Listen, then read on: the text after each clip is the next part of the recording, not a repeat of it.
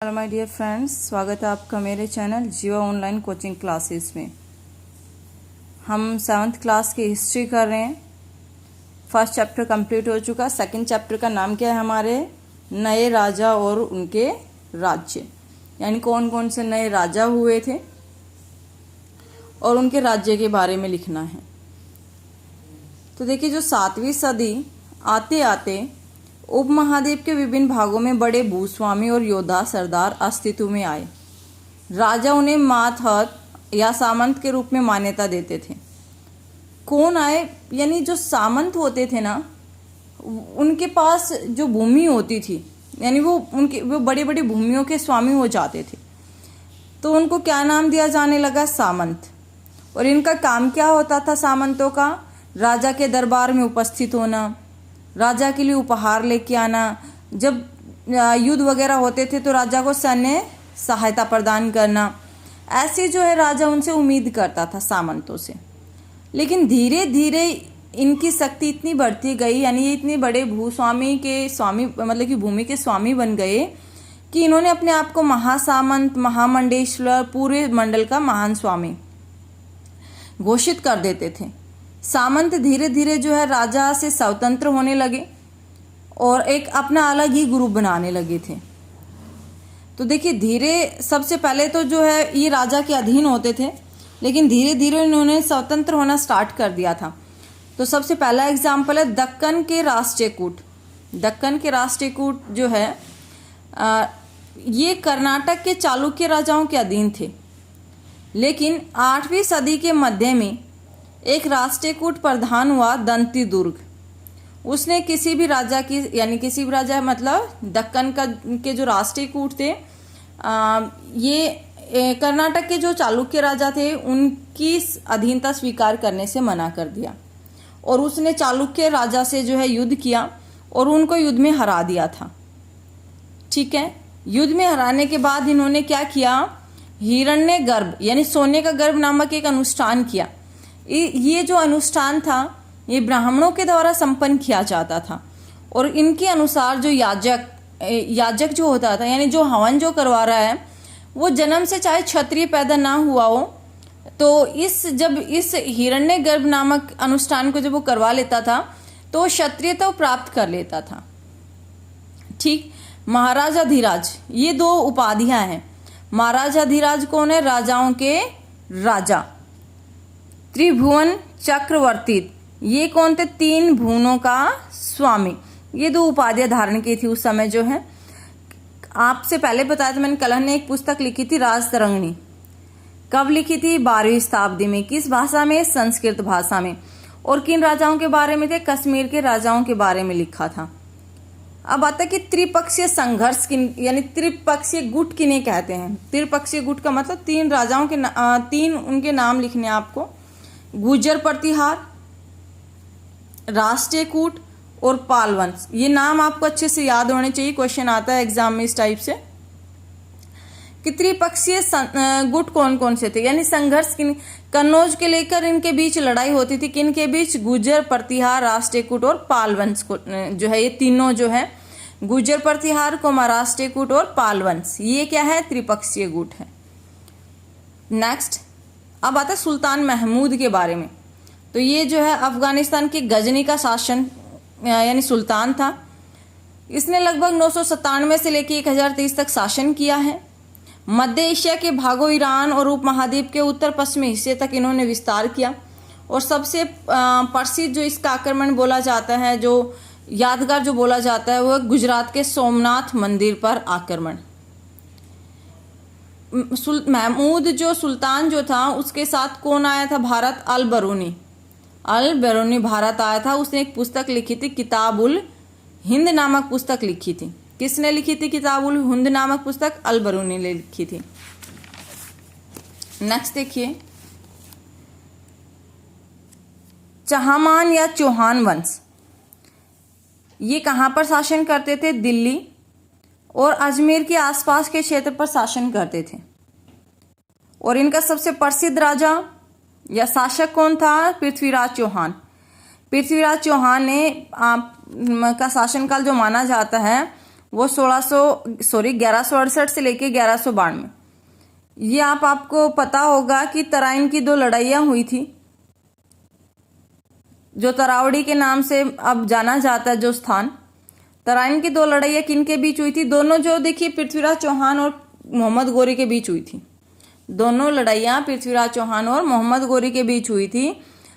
पहली लड़ाई में पृथ्वीराज चौहान जीत गए थे, दूसरी लड़ाई में जो है मोहम्मद गोरी की जीत हुई थी। यानी 1192 में जो है पृथ्वीराज चौहान की हार हो जाती है। अब आता है चोल वंश। चोल वंश यानी ये छोटे छोटे पॉइंटों में दिए हुए हैं कि पीछे चैप्टर का नाम भी है हमारा कि जो राजा थे और उनके राज्य के बारे में। तो अभी हमने पीछे जैसे पढ़ रहे हैं, धीरे धीरे एक बार दोबारा से रिवाइज कराऊंगी मैं आपको। चोल वंश का सबसे प्रसिद्ध राजा कौन था? शक्तिशाली जो है राजराज प्रथम। राजराज प्रथम के पुत्र का नाम राजेंद्र प्रथम।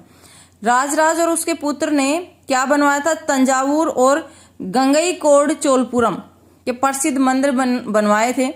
ये शिल्प उत्पादन के भी केंद्र माने जाते हैं। और देखिए काश्य प्रतिमाएं किसकी प्रसिद्ध थी?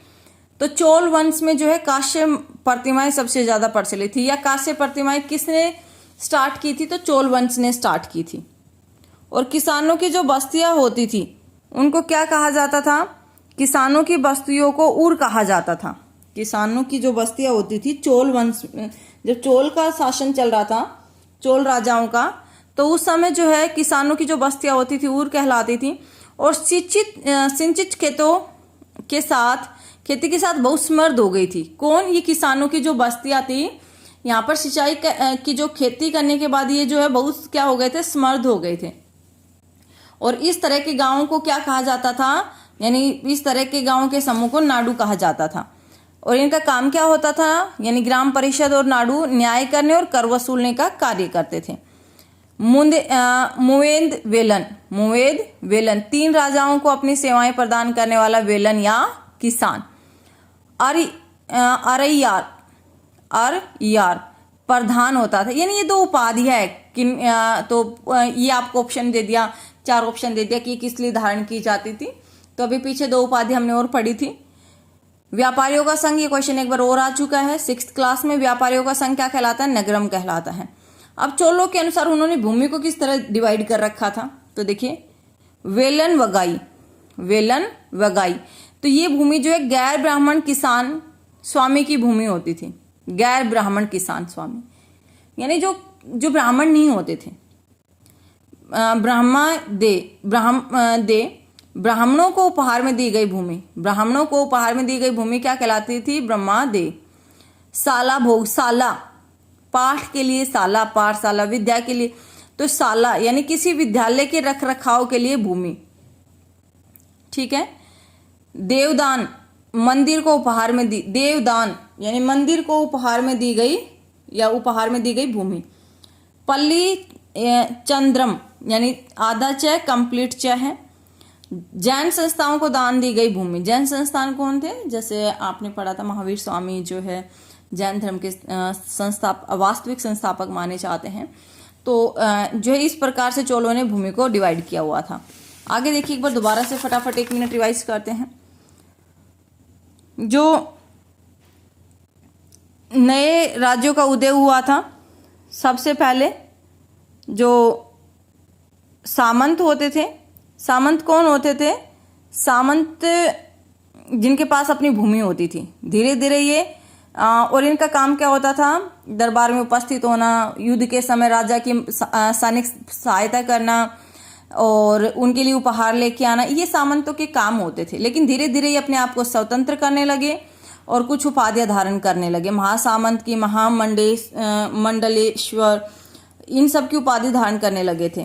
तो राष्ट्रीय कूट का प्रधान कौन था? दंतिदुर्ग। और उसने कौन सा जो है अनुष्ठान करवाया? तो हिरण्यगर्भ जो है अनुष्ठान करवाया।